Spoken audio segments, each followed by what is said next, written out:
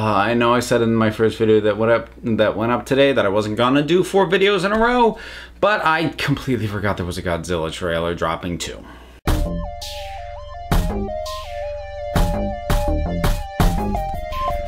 So, Godzilla, King of Monsters, or King of the Monsters, whatever, same thing.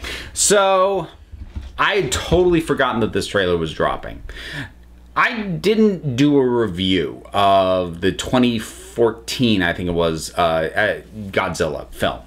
My overall feel on it is that it is a pretty good, possibly even really good, giant monster movie, but only an okay Godzilla movie because, you know, it's one thing to, you know, get all artsy and, you know, talk about the very first Godzilla film, be like, he didn't show up for a long time. Well, yeah, it was his intro film, but you look at what people love about Godzilla in the, what, like 50 films he's been in since then? You want him up there, and we did have to wait a long time for that. And, you know, it didn't help that the main character that we were stuck in that film was really bland. I don't even want to say that he was poorly acted, because I think they tried in some ways to be consistent with what, you know, a soldier in that situation would be, that he would be, you know, locking it down, keeping on point.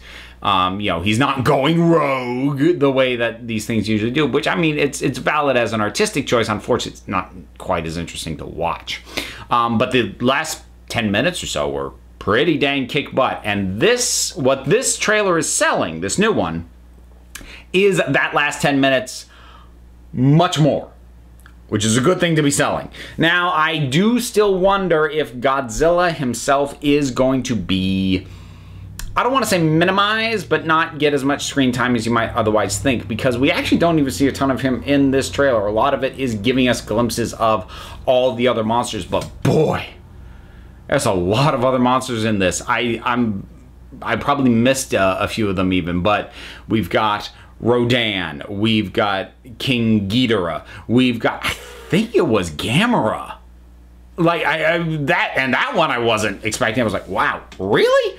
So that is cool stuff. The whole thing with, you know, the voiceover being like, humans are the parasite and these are the fever. It's, you know, your standard sort of pretentious, don't mess with nature thing that is embedded kind of inherently in the Godzilla franchise. So while it is admittedly very overwrought, I'm fine with it because it's totally consistent with what these films are and have always been.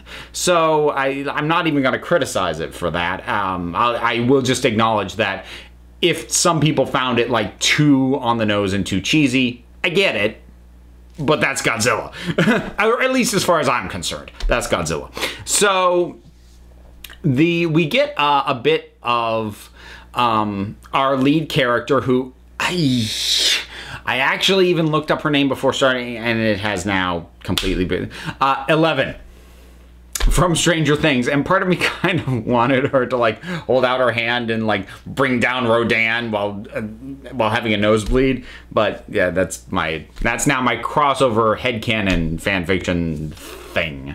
But they had her with what I was pretty sure was Gamera, like connecting to it. I'm like, are they keeping the like Gamera friend of children thing? Because that's like the cheesiest part of that particular monster. And that would be awesome to work with that and bring that in. That would be really cool. But we've got so many monsters in this, and you know, we've got and Godzilla. Godzilla, when he was actually on screen, was really good in the last Godzilla movie. So if this film is not overselling how much the monsters are in it, I think this could be a really fun time. It needs, first of all, it needs to be under 2 hours. Like, regardless of how many monsters are in it, regardless of how many, it really should be under 2 hours. But assuming it's under 2 hours and we get a good distribution across the whole thing of these monsters that people know and love because they realized nobody cared about their, Mutos, which was a stupid name for the other monsters in the first one. So seeing these things, and as someone who, like, I was never that deep into you know, the older Godzilla kaiju movies. I liked them. I only saw, like, I don't know, maybe 4 in their entirety and bits and pieces of another 4 or 5 or so. But, like, I recognize these monsters, and that gets me excited. I know that's a real cheap nostalgic pop. Look, something you recognize, get excited. But you know what? If you do it right, it works. As long as when we actually get to the film, there's a little bit of substance behind the, hey, here's something you recognize. But in terms of a trailer, no, that's a legitimate way to get a pop out of an audience. And yeah, that worked for me. I'm certainly not pumped about this to the extent that I was with, like, say, Glass. But this made me more interested in a film that I was only kind of just shrugging and figuring I would see because people expected me to see. Now I actually kind of actively will want to see it, and I consider that a job well done on the part of this trailer because it upped my interest in the film. Godzilla, King of the Monsters, what did you think about this trailer? Whatever your thoughts are, drop something down in the comments. Let's talk about it. There's all the stuff to do. You know all the stuff. I don't need to list it. I will mention I have a Patreon. That's kind of the big one, but links to that and a bunch of other stuff. It's all down in the description. So take a look at that if you care. And in either case, until next time, this council is adjourned.